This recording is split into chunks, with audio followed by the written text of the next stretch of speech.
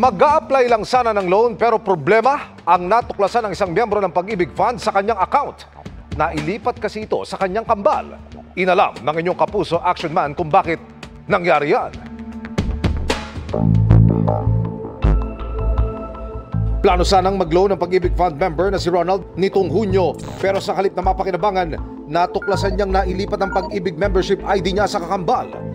Nasyak na po ako bilang gano'n po yung nangyari na nag-merge po yung account namin. Bali may pumasok doon sa kambal ko, yung hulog ko, yung contribution ko. Ako po yung nawala ng account number. Ngayon napag-alaman po kasi namin na nakapangalan na po sa kambal niya. Pina-check po namin doon, tapos ang sabi po sa amin na since nakapangalan na sa kambal niya, hindi na po pwede sa kanya yun. Taong 2013 pa raw nagpamiyembro sa Pag-ibig Fund si Ronald, pero bigla raw nagkaaberya sa paghuhulog ng buwan ng kontribusyon ang employer niya ngayon. Sabi po kasi ng bagong employer na hindi po mahulugan yung Pag-ibig number ko. Nag-worry po kami kasi since 2013 hanggang 2018 may hulog po yung account ng asawa ko. Baka nga po mapunta lahat dun sa kambal niya. Ayon sa kambal ni Ronald, hindi niya rin po alam kasi nung kumuha daw po siya ng ng first loan niya, wala pa po siyang loyalty card na yon, time na yon. 2015 po. 2015 po siya nagkaroon ng account. Yun po yung account mismo ng asawa ko. Nakausap din ng inyong kapuso Action Man ang kakambal ni Ronald at sumang-ayon itong maitama ng Pag-ibig Fund ang kanilang record. Paliwanag ng Pag-ibig Fund, nagkaroon ng pagkakamali sa record ng kambal. Matapos nating maipaalam sa ahensya ang sumbong, naresolba na ito makaraang makipag-ugnayan sila sa kambal. Sa ngayon ay naisaayos na ang kanilang Pag-ibig Savings at Loan Records, kabilang ang pagtatakda ng angkop na membership ID para sa dalawa. Gusto ko lang pong pasalamat po sa pagtulong niyo po sa amin. Salamat po kasi kahit pa paano binigyan niyo po kagad ng aksyon, tinulungan niyo po kami. Mission accomplished tayo, mga kapuso. Para po sa inyong mga sumbong, pwedeng mag-message sa Kapuso Action Man Facebook page o magtungo sa GMA Action Center sa GMA Network Drive, Corner Samar Avenue, Diliman, Quezon City. Dahil sa namang reklamo, pang-aabuso o katiwalian, tiyak may katapat na aksyon sa inyong Kapuso Action Man. Para magkaroon ng sapat na panahon para pag-aralan ang desisyon ng Korte Suprema, nagkasundo ang mga senador na sa susunod na linggo na talakayin ang impeachment complaint laban kay Vice President Sara Duterte. Mula sa Senado, nakatutok live si Mau Gonzales. Mau? Mel, sa August 6 na tatalakayin ng Senado kung ano ang susunod nilang gagawin ngayong nagdesisyon na ang Korte Suprema sa impeachment ni Vice President Sara Duterte. Para kay Senate President Cheese Escudero, hindi na kailangang mag-convene ulit ang Senate Impeachment Court para desisyonan ang sunod na aksyon ngayong idineklara ng unconstitutional ng Korte Suprema ang impeachment ni Vice President Sara Duterte. The impeachment complaint is null and void ab initio. Ab initio meaning from the beginning. Nakasaad din sa desisyon ng Korte Suprema, sang-ayon ka man doon o hindi, dapat ito'y sundin. Kung hindi, magkakaroon tayo ng constitutional crisis. Mainam-ani ang desisyonan ito ng Senado sa plenaryo, imbis na aksyonan bilang impeachment court na wala na aniyang jurisdiction dito. Personal ko ding opinion ito, pero ang masusunod dito ay ang mayoriya. Mas safe na Senado ang magpapasya kaugnay nito, imbis na impeachment court dahil baka matingnan pa na paglabag ang pag-convene ng impeachment court matapos ang naging desisyon ng Korte Suprema. Sa caucus o private meeting bago ang sesyon, kabilang sa pinag-usapan ng impeachment. Ayon kay Senador Mig Zubiri, may senador pang balak sanang hilinging i-dismiss ang impeachment case laban sa bise. Hindi ko nasasabihin, plenary. Of course, it's the group. Alam mo naman, yung grupo na nito. So, it's within their group. Pero sa huli, pumayag itong wag muna i-dismiss ang kaso at magtakda ng petsa para pag-usapan ito. Actually, ako nag-suggest ng August 6 meron nagsasuggest na ngayon na. Pag-aaralan pa ng iba eh. It will tackle here at the plenary session. Nagsasuggest na August 11, file ng MR ng House. Sabi ko, let's meet halfway. Pwede na po Wednesday next week. That'll give ample time for everyone to study. Sabi ni Escudero, 2 bagay ang titingnan ng mga senador. Unanimous ang desisyon ng Korte Suprema at immediately executory ito. Pero pagdidiin ng Kamara, pwede pa nila itong iapela. The decision is not yet final. The House will file a motion for reconsideration. And until such time, it is still up to the Senate to perform their duties as mandated by the Constitution. We are hopeful na maaari pa po mabago ang desisyon ng Supreme Court tungkol dito. Ano't anuman, handa ang kampo ng bise kahit ihain ulit ang impeachment complaint pagtapos na ang 1-year bar rule sa February 2026. In fact, dun sa mismong desisyon ng Supreme Court, sinabi rin naman Sila na ng Korte Suprema na it doesn't absolve. No? Kasi ang kino-question dito, at least in our position, was really yung proseso ng pag-initiate ng impeachment. Mel, sabi ni Escudero, hindi rin naman sila pwedeng habang buhay nilang maghintay dun sa ihahaing motion for reconsideration ng Kamara. Kaya nagtakda na sila ng schedule no August 6. Hindi raw ito sa impeachment court gagawin, kundi sa plenaryo ng Senado. Mel? Maraming salamat sa iyo, Mav Gonzalez. Good evening mga kapuso! Barbie Forteza ate and left no crumbs sa kanyang first lead role para sa isang horror film, ang P77 na mapapanood sa mga sinehan bukas, July 30. Nauna na yang nanakot sa star-studded premiere kagabi at nothing but positive reviews ang natanggap ni Barbie. Makichika kay Aubrey Carampel.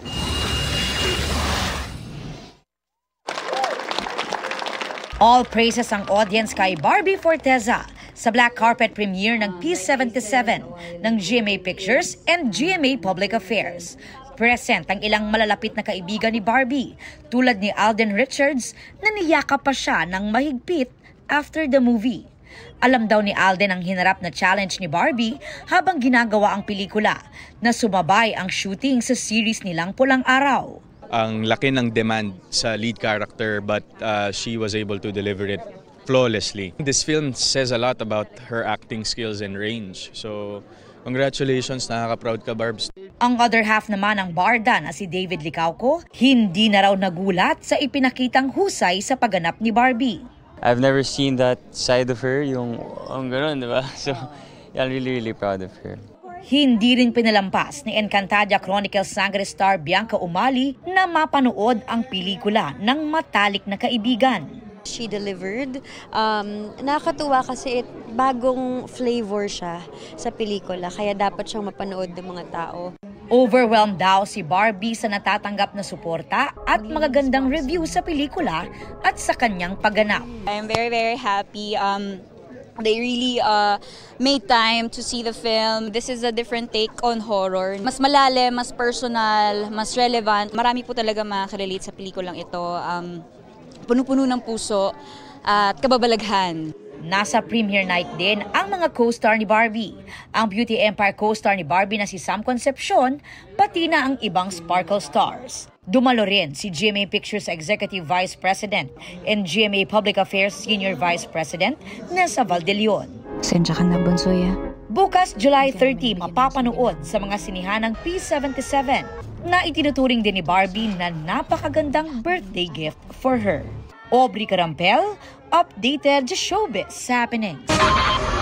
Pasintabi po sa mga nagkakapunan na aktuhan sa Cainta Rizal ang pagtatapon ng dumi ng tao sa isang kanal. 3 ang arestado. Nakatutok si Salima Refran. Nakipaghabulan muna bago naharang ang truck na ito sa Cainta Rizal. Ayon sa pulisya, tumakas ang 3 sakay nito matapos sitahin ng mga taga-Municipal Protection and Safety Office dahil sa kahina-hinala nitong ginagawa sa gilid ng Felix Avenue. Nakita niya po yung hose na nakalagay po doon sa drainage. At nakita po niya na nagtatapong po sila ng dumi. At medyo mabaho po yung amoy. Nang buksan nga raw ang truck, tumambad ang umaalingasaw na makina. Hindi po siya talaga mapagkakamalan na sumisip-sip ng dumi at nagtatapon. Kasi ang aluminum ban po na yon talagang covered at saka po nasa yung pagbukas ng po nandun po yung makina. Arestado ang 3 sakay ng truck na tumanggi sa paratang. Di umano, sabi po nila na may ginagawa lang po silang nasiraan po sila, ginagawang tambutso. Pero ayon po sa ating MPS of Basilia, nakita po talaga silang actual nagtatapon ng dumi. Pero humingi sila ng tawad sa mayor ng Cainta at sinabing napag-utusan lang. Sasampahan sila ng paglabag sa RA 9003 o Ecological Solid Waste Management Act of 2000, RA 9275 o Philippine Clean Water Act of 2004 at paglabag sa ordinansa ng munisipyo. Para sa GMA Integrated News, Sanima Refra, nakatutok 24 oras. Ligtas na at nasa kabisera ng Yemen ang 9 na iba pang Pilipinong tripulante ng barkong pinalubog kamakailan ng grupong Houthi. Nakatutok si JP Soriano. Ang 9 na natitirang Pilipinong tripulante ng bulk carrier na Eternity Sea na pinalubog ng grupong Houthi ng bansang Yemen, kinumpirma ngayon ng DMW na ligtas at ayon sa DFA, nasa kapitolyo na ng Sanaa sa Yemen. And today, we confirm in coordination with our DFA that the 9 are in the hands of the Houthi forces. And we are continually in close coordination with the DFA and the families with reference to the safety, well-being, as well as the release and safe return of the 9. Kumalat rin sa social media ang kuha mula ring umano sa Houthi kung saan makikita ang 9 na Pilipinong kasama nila. Makikipagtulungan daw ang Department of Foreign Affairs sa mga bansang may access sa Houthis, gaya ng Oman, para makauwi na sila. Just like yung previous Houthi 17, we talked to friendly governments. Oman in particular was helpful, so we're doing the same. Sa ngayon, may 4 pang Pinoy na unaccounted for at pinangangambahang namatay na.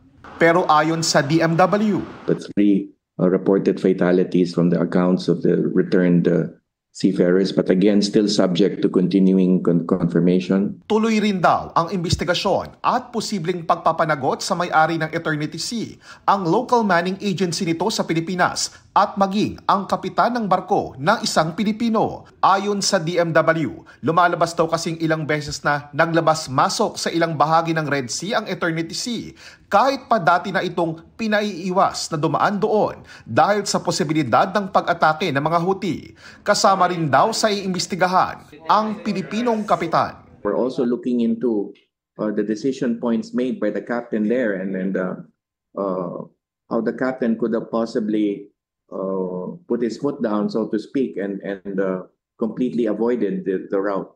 Para sa GMA Integrated News, JP Soriano, nakatutok 24 oras.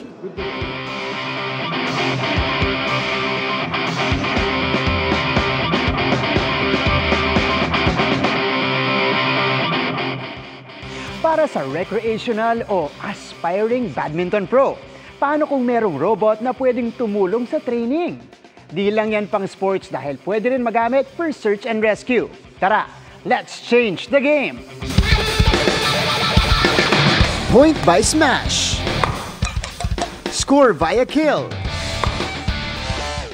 If you know, you know. You just heard some badminton jargons dahil for today's video, sasabak tayo sa one-on-one badminton training. With 21-year-old Isabel Amora, ang current first placer sa women's singles category sa larangan ng esport na badminton sa bansa. Ang sekreto ng kanyang karera? Consistency pagdating sa training. 10 years old pa lang po ako, nagbabadminton na, tapos 11 years old po ako, doon na yung nag-training na po ako ng seryoso. Isang araw, hindi ka makatraining, malaking bawas na po yun. Madalas ako maglaro ng badminton nung bata pa ako, pero matagal na ako hindi naglalaro, matagal na ako hindi nakakahawak ng raketa, so kailangan natin i-refresh yung badminton skills natin. And let's learn from the best today kasama si Sab Amora. Sab, tara, let's go!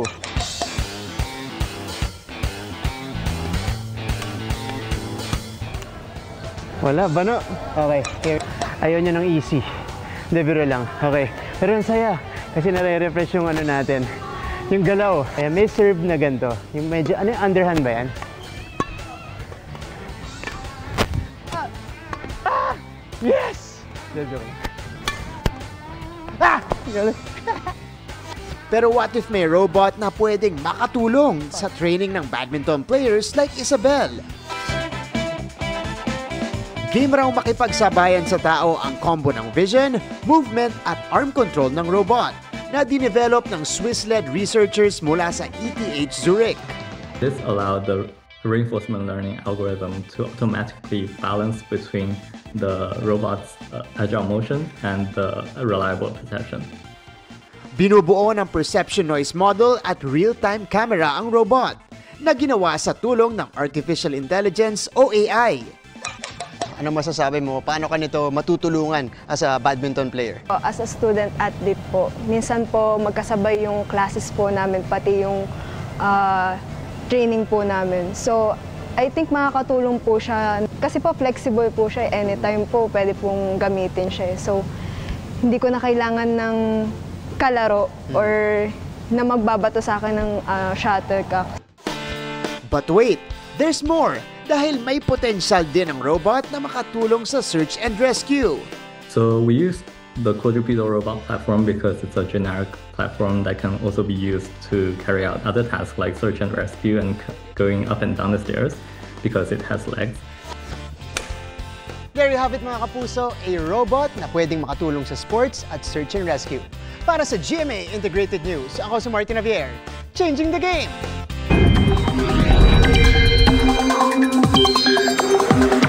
Mga kapuso, magandang balita lalo sa mga ilang araw ng babad sa baha at ulan. Asahan po ang mas magandang panahon sa buong linggo. Ayon sa Pag-asa, wala nang binabantayang sama ng panahon sa loob ng Philippine Area of Responsibility. Wala na rin gaanong kaulapan sa bansa maliban sa Northern Luzon, Central Luzon at Metro Manila na apektado ng habagat, sabi ng Pag-asa. Sabay sa unti-unting paglayo ng bagyong Dante at Emong, asahang hihina rin ang habagat ngayong linggo. Pero habang umiiral pa yan, iba yung pag-iingat pa rin at ugaliing magdala ng payong. Batay sa datos ng Metro Weather, posible ang light to heavy rains bukas sa Ilocos Region, Cordillera Administrative Region at Central Luzon. Gayun din ang kalat-kalat na pag-ulan sa Mimaropa at Bicol Region. May tsansa ring ulanin ang ilang bahagi ng Western Visayas at Negros Island Region bukas. Kalat-kalat na pag-ulan naman ang inaasahan sa ilang bahagi ng Mindanao bukas ng hapon. Hindi naman inaalis ang tsansang ulanin ang ilang bahagi ng Metro Manila. Dahil sa bugso ng hanging dala ng habagat, may nakataas namang gale warning sa Batanes, Babuyan Islands at northern coast of Ilocos Norte. Ibig sabihin, posible ang malalaking alon, kaya delikadong pumalaot.